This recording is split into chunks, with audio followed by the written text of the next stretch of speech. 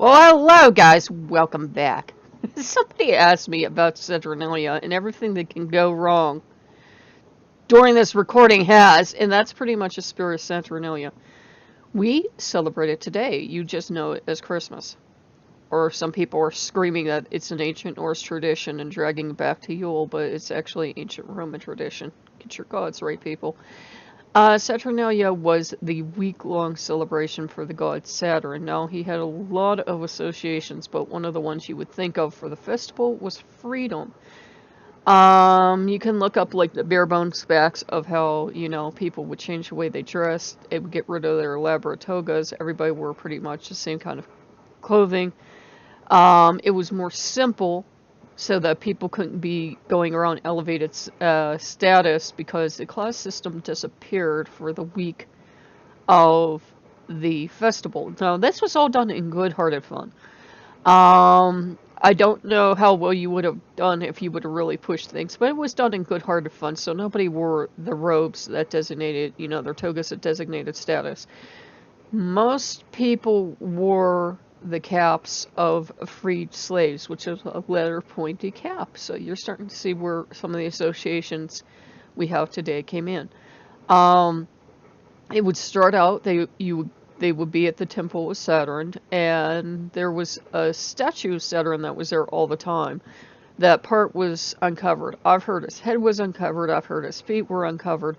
Whatever was uncovered, and we don't quite know the significance of this other than we know it was liberty, and perhaps it was thought that some of his power was bound up in these parts, or it had a significance lost to us. Then a wooden statue of Saturn would be brought out and taken to a place of feasting. People would begin the week-long method of feasting after a sacrifice of an animal was made to the statue, to the god. And then, the people would eat the sacrificed animal. Then it was, a week of people having a lot of fun. There were gladiator games after the initial feast.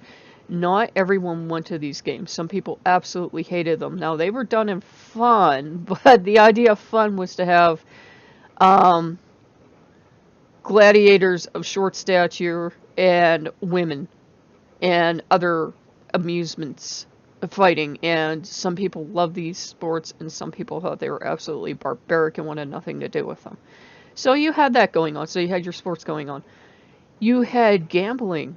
For reasons we don't quite understand, gambling was illegal the rest of the year, but during Saturnalia you could gamble, specifically with dice. Those were absolutely forbidden all other times of the year. You also had, it would just be huge quantities of feasting and drinking, the giving of gifts. I only had to give a gift, but you had to write like a little poem with the gift. And everyone expected a gift from everyone they knew. And if you did not give a gift as nice as you gave last year, you would be called out on it. Does this sound familiar to you? Yes, it sounds familiar. They had the same holiday nightmares we had. You not only gave a gift to everyone you knew and had to write these poems, but there would basically be little dolls. And they would be usually small gifts for most people. There'd be little dolls, but you also had to give gifts to everyone that visited you. So, let's say you knew 20 people, you gave out 20 gifts. Then, let's say 20 other people visited you because it's Saturnalia and you get to give with the gift giving. Then you had to give them all gifts. And, oh, God forbid you did not have a gift for someone that got you a gift, or you did not give as nice a gift. And all that craziness we have, you can thank the ancient Romans. Was Saturn thought of this? Saturn has not come through and said, they went a little overboard.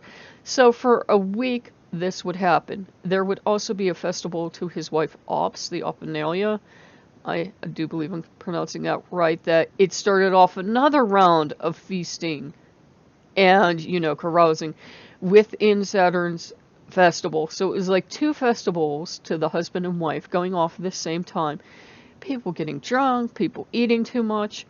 The highly dangerous streets of Rome were all lit up at night with torches and special candles and everything else. So, you could go around at night, and people would be singing and carousing, and the greeting was "Yo, Saturnalia," and people would be screaming this at everyone at the top of their lungs because they were all drunk. And they would be greeting everyone, strangers, puppies, kittens, it didn't care.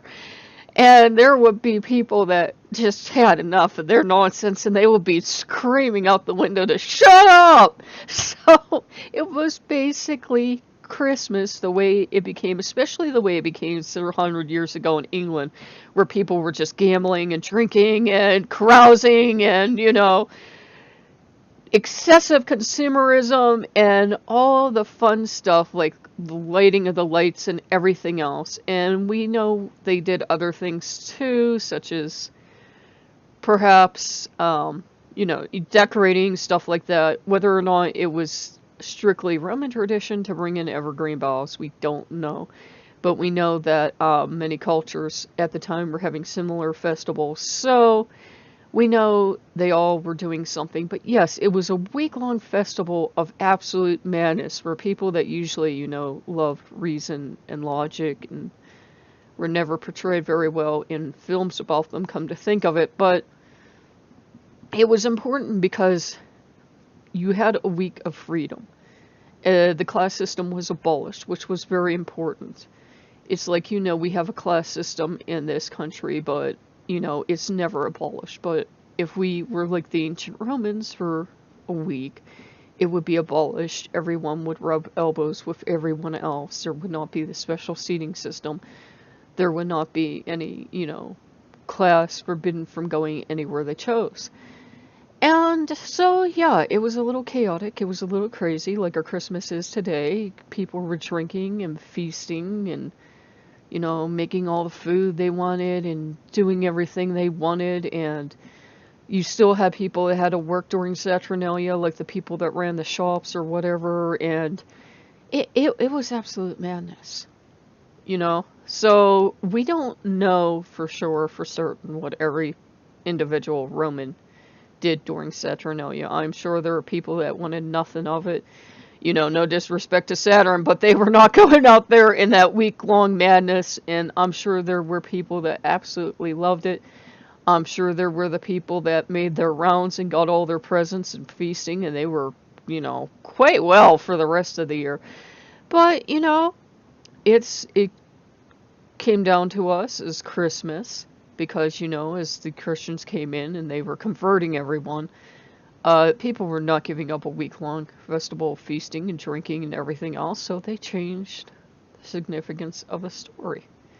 It was not to celebrate a god known for, he had been known to be God during like a golden age. So kind of like that golden age came back for the week of the festival. So things changed, powers and abilities and the reason for the season got handed down, but we can still celebrate Saturnalia today. Perhaps not as full tilt as they did. To experience it now, it would be like a weekend in Vegas, but it would be, we can still celebrate it now because the Christmas customs we have now, or the Yule customs that people are screaming and reclaiming for the Norse gods, and it was never any such thing.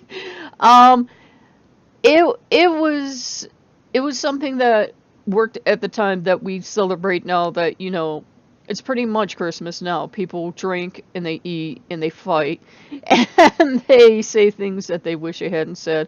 And you're pretty glad to see the back end of it sometimes at the end of the festival because it's just a little too muchness. So, I hope that answered the questions. And it's a festival open to everyone. It's not like it's like officially celebrated. The Pope in Rome is not going to be very happy if, a statue of Saturn is paraded around Rome and people start celebrating.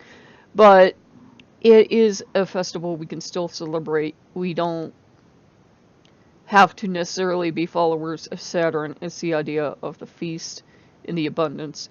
Loki's been taking full advantage of being, resident god and being in charge of things. So if I look a little ragged for the next couple days, even though we're starting early. You know why. So, yeah, enjoy Saturnalia if you celebrate. It actually starts on the 17th, but as I said, we started early. And I will see you guys later. Bye-bye.